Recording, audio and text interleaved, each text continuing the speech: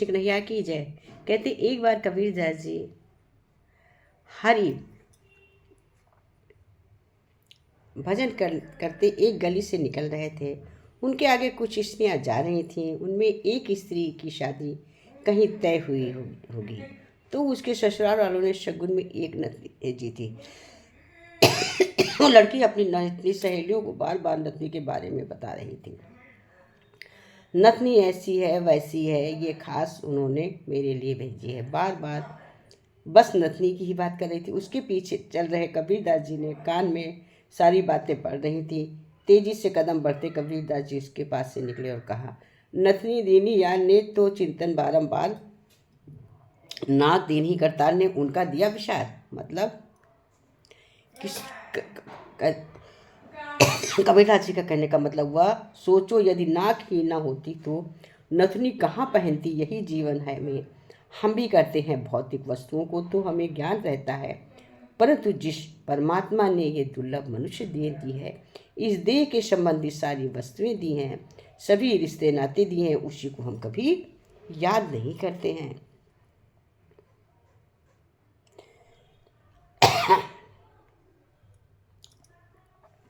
अगर हम यही सोच लें तो हमें संतोष रहे। कहते हैं एक कुम्हार माटी से चिलम बनाने जा रहा था। उसमें चिलम का आकार दिया। थोड़ी देर में उसने चिलम में बिगाड़ दिया। माटी से पूछा, अरे कुम्हार, तूने चिलम अच्छी बनाई, फिर बिगाड़ क्यों दिया? कुम्हार ने कहा, अरे माटी, पहले मैं चिलम बनाने की सोच रहा था, किंतु मेरी मति दिमाग बदल गई और मैं सुराही बनाऊंगा।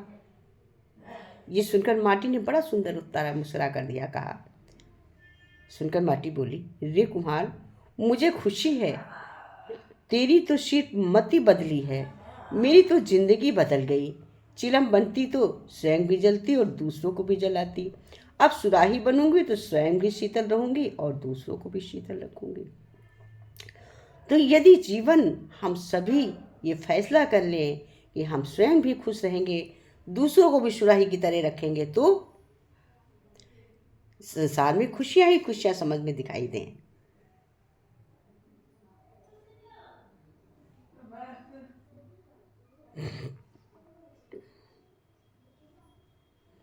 परंतु कुदरत के तो ऐसे दोस्त होते हैं।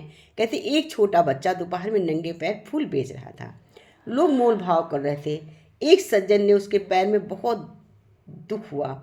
वो भाग कर गया, पास से ही एक दुकान से बूट लेकर आया और कहा, बेटा बूट पहन ले।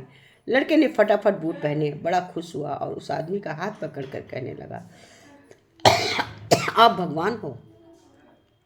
वो आदमी घबराकर बोला, नहीं नहीं बेटा, मैं भगवान नहीं हूँ। फिर लड़का बोला, जरूर आप भगवान के दोस्त होंगे, क्योंकि मैंने कल ही रात भगवान को अरदास की थी, भगवान जी मेरे पैर बहुत जलते हैं, तुझे बूट लेकर दे दो। अब वो आँखी में पानी लिए मुस्कराता हुआ चला गया। पर वो जान गया कि भगवान का दोस्त बनना ज़्यादा मुश्किल नहीं है। कुदरत ने जो दोस्त दिए वे झूठे हैं। देकर जाओ या छोड़ कर जाओ। कहते किसी को दे या छोड़ कर जाएं, साथ लेकर जाने की तो कोई व्यवस्था ही नहीं। चाहे हम किसी को कुछ देकर जाएं और चाहे हम छोड़ के जाएं, साथ तो हम कुछ लेके ही नहीं जा सकते हैं।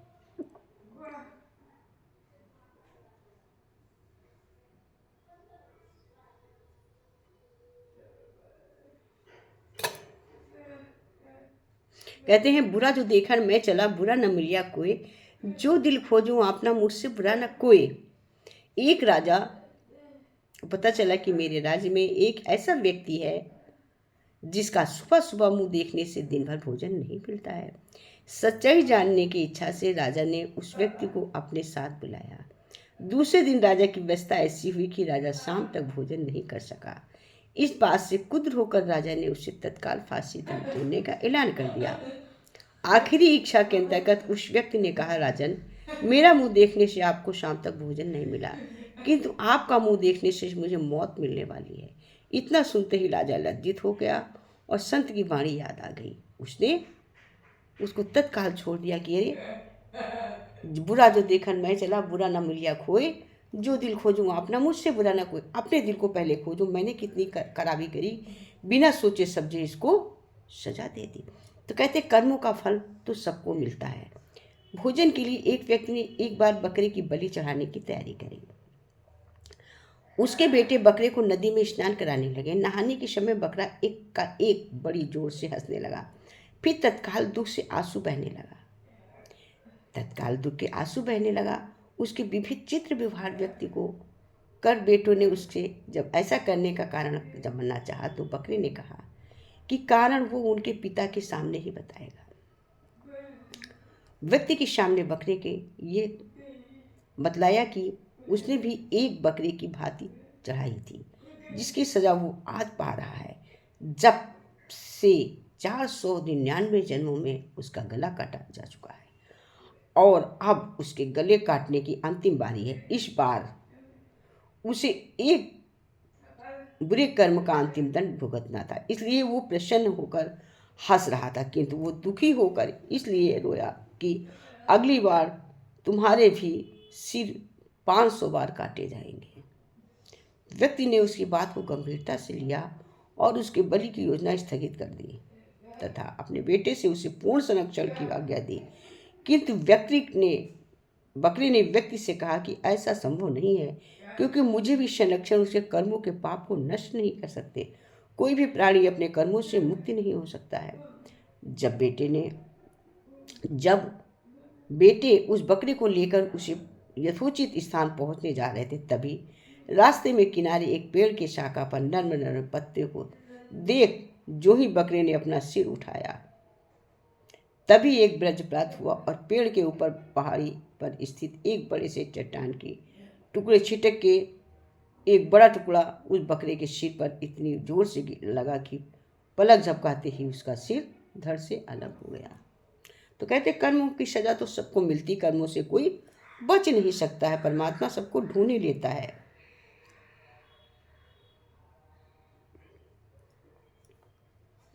तभी तो कहते हैं कि मौत से बड़ा भाग्य होता है। जिसकी देव बकरे की मौत नहीं थी और भाग्य में था कि बचाया गया, नहीं बचा। लेकिन अगर किसी के सामने मौत खड़ी है, हम डाल रहे हैं, उसकी मौत नहीं, तो उसे कोई मार भी नहीं सकता, क्यों? बचाने वाला बड़ा है। मारने वाला है भगवान, बचाने वाला भगवान चाहे तो क्षण भर में मार दे, भगवान चाहे तो बचा ले। एक तिब्बती किशोरी है। उल्लू एक वृक्ष पर आकर बैठे। एक ने सांप अपने मुंह में पकड़ रखा था। भोजन का उनका सुबह के नाश्ते की तैयारी थी। दूसरा एक चूहा पकड़ लिया था। दोनों जैसे ही वृक्ष पर पास पास बैठे, एक दूसरे के मुंह में सांप के मुंह में चूहा। सांप के चूहे को देखा वो भूल गया कि वो उल्लू के मुंह में है और मौत के करीब है। चूहे को भी देखकर उसके मुंह में रसधार बहने लगी। वो भूल भी गया कि मौत के मुंह में है। उसको अपनी जीवोषण के पकड़ लिया और वो चूहे ने ऐसे देखा कि सांप को वो भयभीत हो गया। वो कांपने लगा, ऐसे मौत के मुंह में बैठा है, मगर सांप को देखकर कांपने लगा। वे दोनों उल्लू बड़े हैरान हुए। एक उल्लू दूसरे उल्लू से पूछा कि भाई, इसका कुछ राज समझो। दूसरे ने कहा, बिल्कुल समझ में आ गया। जीभ की रस की स्वाद की इच्छा इतनी प्रबल है कि सामने मृत्यु खड़ी है तो भी दिखाई नहीं पड़ती, और ये भी समझ आ गया है कि भय मौत से भी बड़ा है। मौत सामने खड़ी है, उससे भयभीत नहीं चूहा, लेकिन भय से भयभीत है। सांप हमला न कर दे, मौत से हम भयभीत नहीं हैं, हम भय से ज़्यादा भयभीत रहते हैं। इसका आशय ये है कि मौत से भयभीत नहीं होते, वो तो आएगी तो आ ही जाएगी, उसका भय पहले से हमें परेशान करता है। और लोभ स्वाद इंद्रियां जीवों का इतना प्रगाढ़ है कि मौत 24 घंटे खड़ी है तो भी हमें दिखाई नहीं पड़ती है। एक महात्मा ने पूछा कि सबसे ज़्यादा बोझ कौन सा जीव उठा सकता है, उठाकर घूमता है। किसी ने कहा गधा, तो किसी ने कहा बैल, तो किसी ने कहा ऊंट। अलग अलग प्राणियों ने नाम बताए, लेकिन महात्मा बुद्ध किसी के भी जवाब से संतुष्ट नहीं हुए।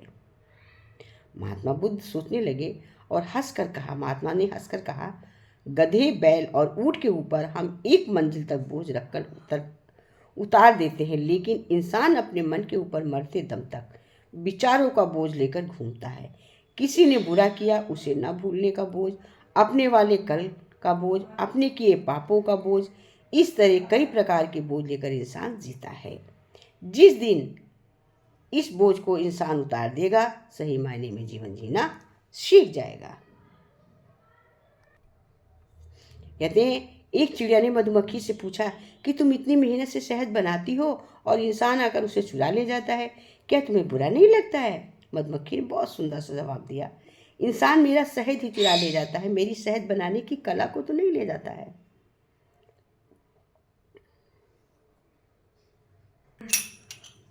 मेरे अंतर मन में श्याम बसे, धड़कन में राधा रानी।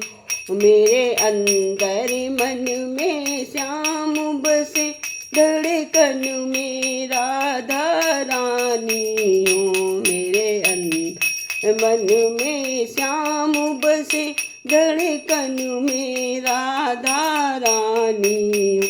जिस सांस के उतल पुतल में मुरली की तान सुहानी हो। जिस सांस की उथल पुथल में मुरली की सांस सुहानी हो। जिस सांस की उथल पुथल में मुरली की तान सुहानी हो।